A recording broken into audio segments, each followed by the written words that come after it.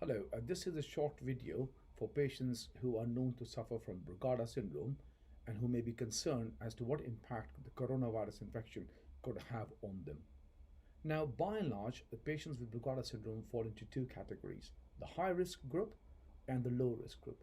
Patients who are in the high risk group often have an implantable defibrillator anyway, and or they may be kept under close monitoring by their specialist, and they might be being considered for an ICD down the line.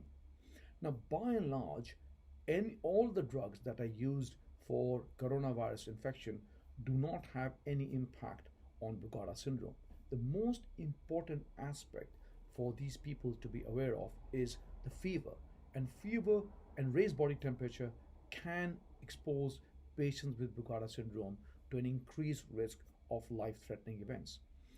And this impact of fever on the life-threatening events is particularly prominent at the two ages spectrum. So people who are very young, so children less than 5 years of age, or which is something which is more relevant for COVID-19 infection, people who are elderly. So anybody who's greater than 75 years of age, they would also be more prone to developing life-threatening arrhythmic events if they happen to develop fever with Brugada syndrome. So the most important recommendation for these people is to stay on top of the fever. As soon as they start developing symptoms suggestive of coronavirus, they need to take paracetamol or acetaminophen, in, lower the temperature as much as possible, and self-isolate.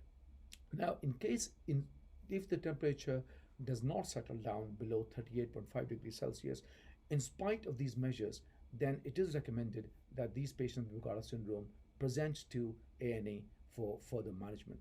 And once they're in hospital, a lot of their management is going to be focused towards keeping the body temperature as low as is possible.